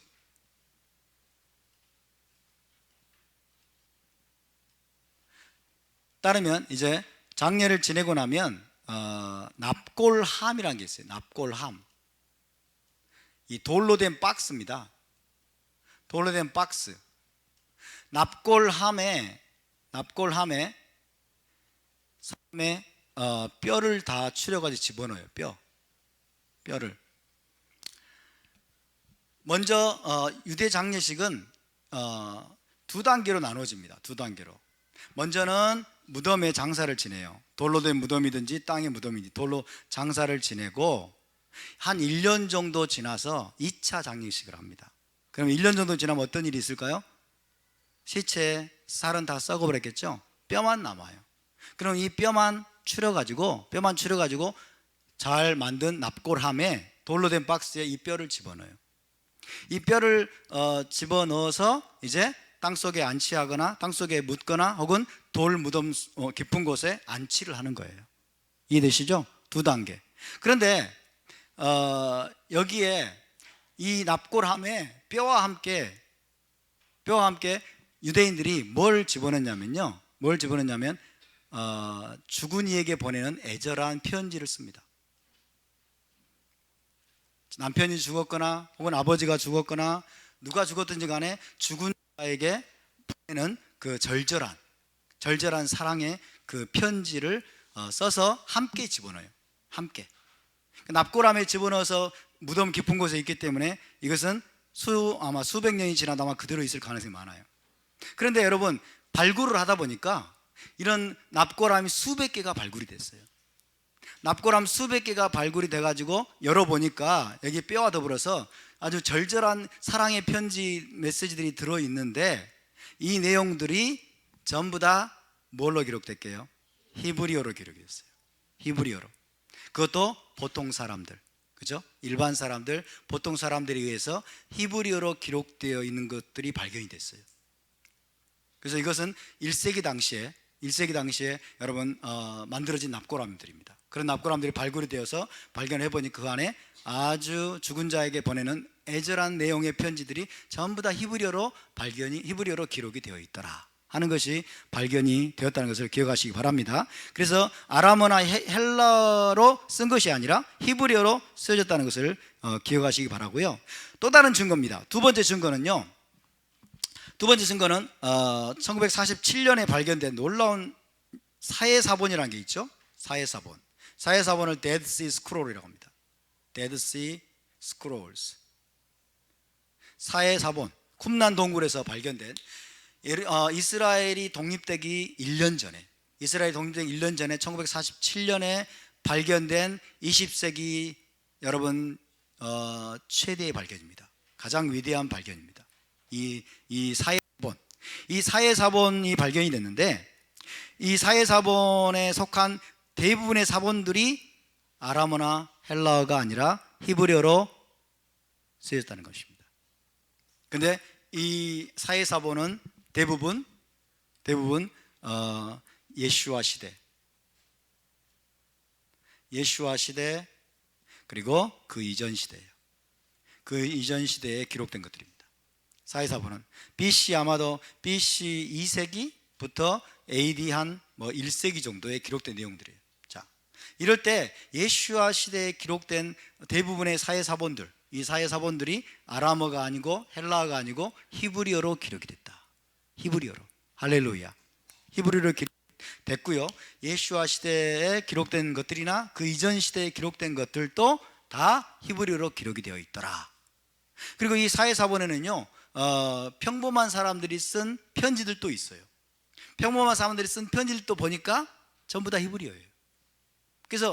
그래서 우리가 1세기 때 일상적인 용어로 일상적인 의사소통을 하고 말을 하고 대화를 하는 그런 용도로 사용된 가장 주된 언어가 무엇이었다는 걸 알 수 있어요? 히브리어가 사용됐다는 것을 우리가 알 수 있습니다. 그러니까 신약성경 전체가 헬라어로 기록됐을 것이다 라고 말하는 전제는 다 무너지는 거예요. 다 무너져 내리는 거예요. 그러니까 헬라어로 쓰여졌느냐 히브리어로 쓰여졌느냐가 뭐가 그렇게 중요합니까? 중요합니다. 헬라어로 여러분 신약성경을요 헬라인들이 헬라어로 기록된 헬라 문서로 바라보면 큰일 납니다. 신약성경은요 히브리인들이 히브리어로 기록한 히브리 문서로 봐야 돼요. 할렐루야. 그래서 히브리 관점으로 히브리적인 사상으로 우리가 이 문서를 우리가 바라보고 접근하고 그렇게 해석을 해야 이게 풀리는 거예요. 이해되시죠? 그렇지 않으면 풀리질 않아요, 여러분. 그래서 우리가 지난 2000년 동안 여러분 기독교 신학이 엄청나게 발전을 해왔지만은 지금도 뭐예요? 거의 어둠 속을 헤매고 있잖아요. 그죠? 마지막은 대부흥 대추수라고 하면서 여러분 엉뚱한 것을 위해서 막 기도하고 있잖아요. 왜? 잘못된 사고방식으로 잘못된 관점으로 접근하기 때문이에요. 서구적인 어떤 접근법으로 헬라 철학적인 접근법으로 접근을 하니까 이게 풀리질 않는 겁니다.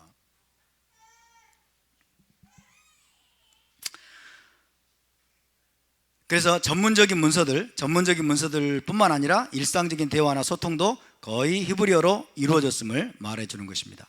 또 다른 증거가 있을까요? 예, 있습니다. 예슈아의 십자가 위에 쓰여진 명패입니다. 누가복음 23장 38 찾지 마세요. 누가복음 23장 38절 이렇게 되어 있어요. 그의 위에 이는 유대인의 왕이라 쓴 패가 있더라. 십자가 위에 쓰여진 명패 기억나시죠? 자, 요한복음 19장을 찾아보겠습니다. 요한복음 19장 19절에서 20절. 요한복음 19장 19절에서 20절. 요한복음 19장 19절에서 20절을 빠른 속도로 찾아주시기 바랍니다. 자, 함께 읽습니다. 시작. 빌라도가 패를 써서 십자가 위에 붙이니 나사렛 예수와 유대인의 왕이라 기록되었더라. 예수와께서 못 박히신 곳이 성에서 가까운 고로 많은 유대인이 이 패를 읽는데 히브리와 로마와 헬라말로 기록되었더라. 히브리어와 헬라어와 그 다음에 로마 병정도 있고, 그죠? 로마 사람들도 있기 때문에 로마 말은 뭘까요? 라틴어예요. 라틴어와 헬라어로도 기록이 됐는데 제일 먼저 나온 게 뭐예요? 히브리어랬죠. 히브리어. 어떤 영어 성경에는 이거를 아람어라고 해놨어요. 이거 잘못된 겁니다. 여러분, 잘못된 신학으로 자기들이 바꿔버린 거예요. 아람어가 아니고 히브리어예요. 히브리어로 제일 먼저 기록이 됐어요. 예슈아 이렇게 됐어요. 예슈아 한 노줄이 이렇게 된 거죠. 자, 히브리어로 기록이 됐다는 겁니다. 그래서 만약에 여러분 아람어가 당시에 가장 흔하게 쓰이는 일상 언어였다, 그럼 아람어가 기록됐겠죠. 그죠? 이걸 통해서 우리가 알 수 있는 것은 가장 일상적으로 유대인들이 지금 오고 하는데 유대인들이 알아들을 수 있는 가장 일상적인 언어가 무엇이었다? 히브리어였다는 것입니다. 이해되시죠? 히브리어가 일상적인 언어였고, 그래서 히브리어로 명패가 쓰여졌다는 것입니다. 마지막으로 또 하나의 증거를 말씀드리면 사도행전을 보겠습니다. 사도행전 26장 13절 14절. 사도행전 26장 13절 14절. 이제 여러분 열심히 히브리어 공부하셔야 되겠네요. 그렇죠? 신약 성경을 우리가 제대로 또 이해하기 위해서는 히브리어 열심히 공부해야 됩니다. 사도행전 26장 13절 14절. 자, 읽습니다. 시작. 왕이여, 정오가 되어 길에서 보니 하늘로부터 해보다 더 밝은 빛이 나와 내 동행들을 둘러 비추는지라. 우리가 다 땅에 엎드려지매 내가 소리를 들으니 히브리 말로 이르되 사울아 사울아 내가 어찌하여 나를 박해하느냐, 가시체를 뒷발질하기가 내게 고생이니라. 아그리빠 왕 앞에서 사도 바울이 다메섹 도상에서 일어난 일을 지금 증언하고 있습니다. 근데 뭐라고 증언하고 있어요? 길을 가는데 갑자기 하늘로부터 해보다 밝은 빛이 나와 내 동행들을 둘러 비추더니 하늘에서 소리가 들리는데 아람어로 맞습니까? 헬라어로 맞습니까? 그럼 뭐예요? 히브리어로. 그래서 히브리어로. 여러분, 하늘에서 예수와께서 히브리어를 사용하셨다는 걸 기억하시기 바랍니다. 히브리어로 바울에게 좀 이야기하고 있어요. 샤울 샤울 이렇게 하는 거예요. 샤울 샤울 람마는 왜요? 람마 티르데페니, 왜 나를 핍박하느냐. 샤울, 예수와께서 샤울이라고 말씀하셨어요. 바울이라고 하지 않았어요. 파울로스라고 하지 않았어요. 여러분 예수와도 히브리어를 사용하셨고, 자, 이것은 뭘 말해줍니까? 사도 바울 당시에 사도 바울이 지금 안디옥 다메섹에 있는 뭐예요? 믿는 자들을 지금 체포하려고 하고 있는 중이었죠. 그때 당시에 주로 사용했던 언어가 무엇이었다? 히브리어였다는 것입니다. 이해되시죠? 히브리어. 자, 사도 바울도 히브리어를 주로 사용했고, 예수와도 히브리어를 사용했고, 우리 메시아닉 유대인들 제자들도 히브리어를 사용했기 때문에 저와 여러분도 히브리어를 배워야 될까요? 말아야 될까요? 배워야 되겠죠? 히브리어 안 배우면 여기서는 간첩입니다. 히브리어를 배워야 돼요. 우리 옆에 분에게 약속 한번 합시다. 히브리어를 배웁시다. 히브리어를 꼭 배웁시다. 히브리어는 우리의 영적인 모국어입니다. 히브리어는 우리 영적인 모국어입니다. 히브리어를 모르면 그래서 성경을 우리가 오해할 수밖에 없고, 히브리적인 안경, 히브리적인 관점, 히브리적인 사고가 없으면 우리는 성경을 이해할 수조차 없어요. 이해할 수도 없고, 이해한다고 하는데 엉뚱한 걸 붙잡고 있는 거예요. 엉뚱한 거로. 그래서 하나님과 무관한 곳에 결국 있을 수밖에 없다는 것을 여러분 기억해야 될 것입니다. 자, 이런 증거들을 통해서 우리가 내릴 수 있는 결론은 무엇입니까? 신약 성경의 상당 부분이 히브리어로 먼저 기록이 된 다음에 헬라어로 번역이 되어서 배포되었을 것이다. 누구를 위해서? 이방인 신자들을 위해서. 그렇죠?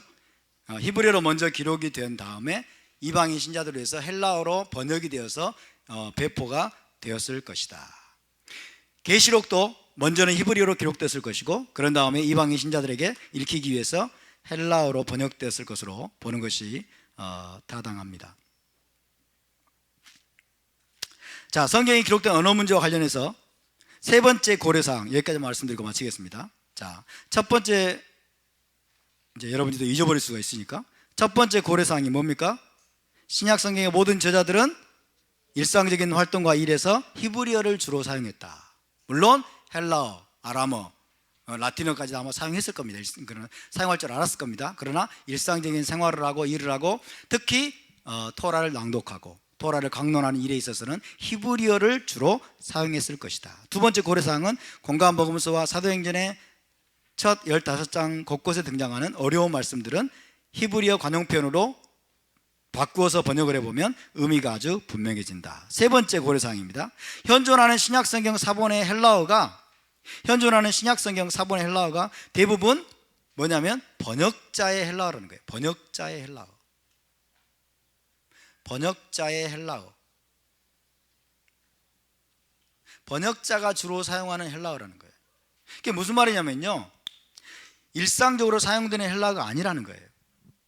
이 번역자의 헬라어라는 것은 일상적으로 사용되는 헬라어가 아니라 비헬라어, 헬라어로 되지 않은 비헬라어 문서들을 헬라어로 번역하기 위해서 사용됐던 헬라어를 말합니다. 이것은 표준적인 헬라어가 아니라 상당히 엉성하고 초보적인 헬라어. 우리가 영어 문서를 한글로 번역해 놓은 거 보면은 굉장히 엉성하죠. 알아듣기가 힘든 경우가 더 많아요. 특히 여러분 철학 서적들은요, 한글로 번역한 게 더 어려워. 영어로 되어 있으면 이해가 하겠는데 한글로 번역하면 더 어려워요. 이게 뭐예요? 번역자의 이 한국어가 사용되니까 그래요. 번역자의. 그러니까 표준적인 헬라어가 아니라 아주 엉성하고 그 다음에 초보적인 수준의 문법도 마찬가지. 그렇게 해서 억지로 이거를 옮겨 놓았다는 것을 말합니다. 번역자의 헬라가 주를 이룹니다. 그렇기 때문에 이거는 원래 기록된 언어가 아니겠구나. 히브리어로 기록되어 있는 것을 이게 옮기기 위해서, 비헬라어 문서를 헬라어로 옮기기 위해서 억지로 이제 사용한 그런 흔적이 역력하다는 겁니다. 자, 이런 것들을 보면은 신약 성경의 대부분도 먼저는 히브리어로 쓰여졌을 것이고 나중에 헬라어로 번역이 되어서 유포되었다라는 결론을 우리가 내릴 수가 있겠습니다. 물론 여러분, 그러나 아까 말씀드린 것처럼 유대인들은요, 고대 히브리인들은 한 4-5개 외국어는요 아주 능통했다고 그럽니다. 4-5개. 왜냐하면 이스라엘 지방이 아시아와 유럽과 아프리카가 만나는 지점이잖아요. 그러니까 통상과 교역, 이 모든 통상로가 지나가는 지점이에요. 그죠? 통상로. 자, 이 통상로가 지나가는 교차 지점에 있었기 때문에 이 통상과 무역으로 먹고 사는 사람들이 상당히 많아요. 거기에 능해야 됐기 때문에 일반 히브리인들도 한 서너 개 외국어는 아주 능숙하게 구사할 수가 있었다고 합니다. 그래서 헬라어도 사용하고, 그 다음에 로마어도, 라틴어도 사용하고, 그 다음에 아람어도 사용할 수 있었어요. 그럼에도 불구하고 이들의 모국어는 뭐다? 히브리어입니다. 그렇죠? 이들의 모국어는 히브리어였기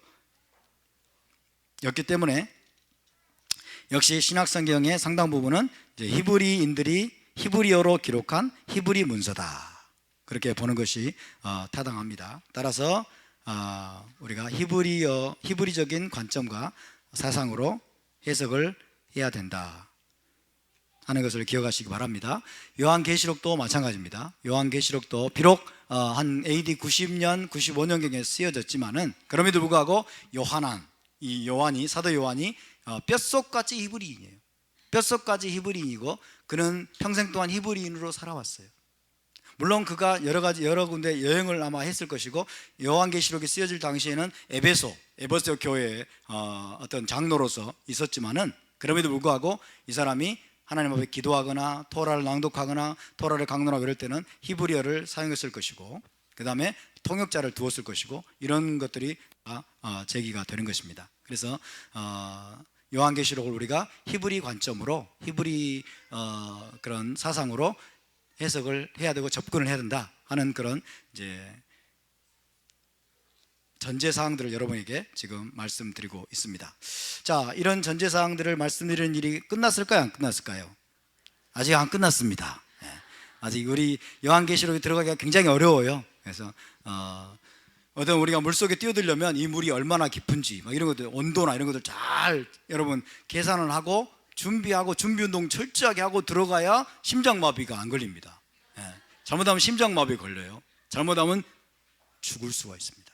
제가 중학교 한 1, 2학년 때쯤으로 기억이 되는데요, 저 동네 앞에 넓은 이 냇가에 이 포크레인이 와가지고요 깊이 파놨어요. 이렇게 포크레인이 와가지고 거기서 모래를 막 파가나 이런 걸 위해서 깊이 파놓은 그런 곳이 있었는데, 거기에 비가 와가지고 물이 찼어요. 웅덩이에 물이 차가지고 이제 여름에 그곳으로 가가지고 수영을 하기 시작했어요.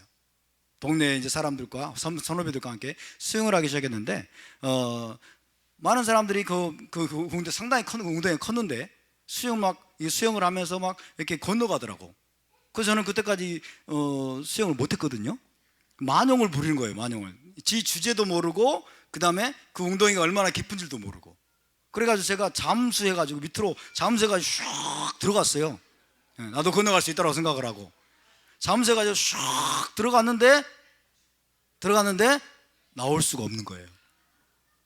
그래서 제가 물을 먹고 막 꼴깍꼴깍 죽을 뻔했어요. 그때 오늘 갑자기 어디선가 제 선배 한 사람이 와가지고 저를 꽉 잡고 물가로 데리고 가서 꺼내줬습니다. 그래서 살았어요. 그래가지고 여러분, 제가 그거 하고 나서 미쳤지 내가 왜 거기 왜 들어갔어. 잘못하면 그때 제가 죽었더라면 여러분을 뵐 수가 없었을 겁니다. 이게 물이 얼마나 깊은지도 모르고 지 주제도 모르고 수영도 배우지도 않았는데 지 주제도 모르는 채 물속으로 멋지게 잠수는 멋지게 들어갈 수 있어요. 나올 수가 없어. 나올 수가. 요한계시록이 이와 같습니다. 이 요한계시록 안에 이 거대한 웅덩이가 정말 우리가 뛰어들기 전에 철저하게 준비 운동을 하고 우리가 먼저 갖춰야 될 것들, 알아야 될 것들, 이런 것들을 철저하게 다 갖춘 다음에 요한계시록을 하나하나 우리가 살펴볼 때 여러분, 요한계시록에 대한 엄청난 계시가 열릴 줄로 믿습니다. 할렐루야.